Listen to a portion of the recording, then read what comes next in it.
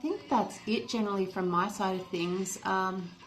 I would have liked to be able to explain US players against these character types, but that's just another layer that I can't get off the top of my head.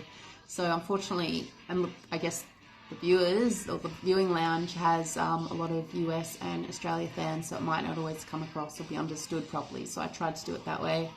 Make up your mind about what you think of it, really. You can look it up online a fair bit to try and get an idea and just to understand the game a bit more.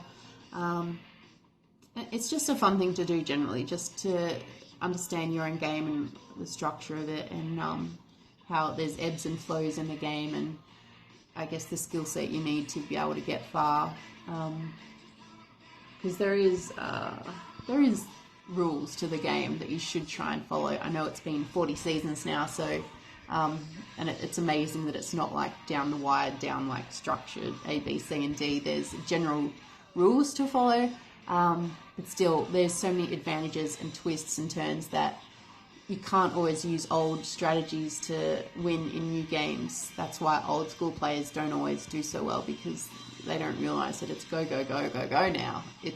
And there's so many extra things to think about. Even with this season here, Revenge Island, you've got to think about the second most votes and what advantage they're going to get. And if that person is happy to go, like, thank God Aaron he's trusted me enough to understand that I wasn't going to lose him, that he was going to keep going there just to get advantages. So I was so thankful to have him to be able to be trusting, because a lot of people don't want their name out there, of course, because then it just makes them a target more and more, because it's in people's heads. So I would never want to go to Revenge Island and have my name out there, but because he was happy too, and everyone wanted to vote for him again and again because he's so quiet.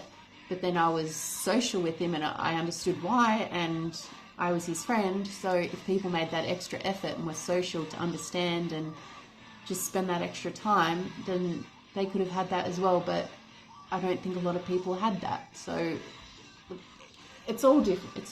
It's hard. Like, if I was placed in another game, I might have gone out first. So a lot of it is luck, but a lot of it is knowing the game and who you're playing with, and the decisions you make and who you align with, and just being social with everyone.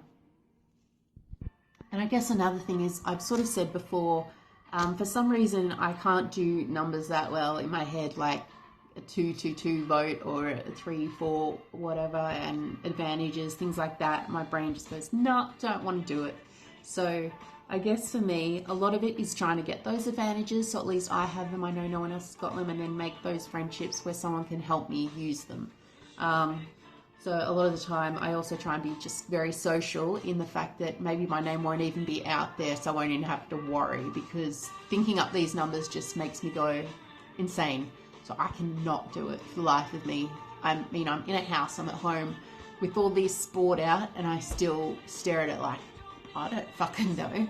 I only know people's personalities and read them. And you can only play from that skill. So, I mean, I'm sure I could do it all right. And sometimes I wonder if maybe my ride or dies weren't here, if I could actually do it. But I'm not sure if I could. So that makes me nervous if I was ever to get in the real game, because I wouldn't have stationery and pens and paper to sort of work this out. Maybe I'd have to use shells and be like Michaela and then be kicked out like I was last night. After the episode, I started to get excited and explain things and talk to people about cool things that happened, and then they're like, oh my god, she knows this show, so get her out, she's too smart. So you cannot win. Can't be yourself, but you can't not, because you have to cover your tracks with lies. So I may as well go and watch maths, right?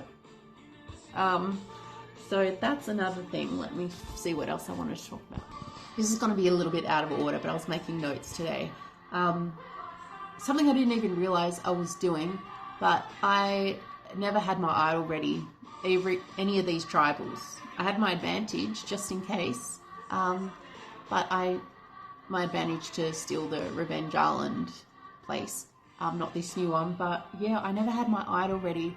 So whether that is stupid and going to tribal without it in your bag, or whether that's just me knowing that I voted literally all these people out, being on the right side of the vote, whether just trusting my alliance and my social game, yeah, I don't even know the number or the code of my idol. I know the background is green, I haven't even looked at it again because I haven't needed it. That was my idea, to have it and know where it is and not have to play it and rely on social games so that when I do have it, it's a backup. I don't need to play it. So whether that's boring, I don't care. That's how I play.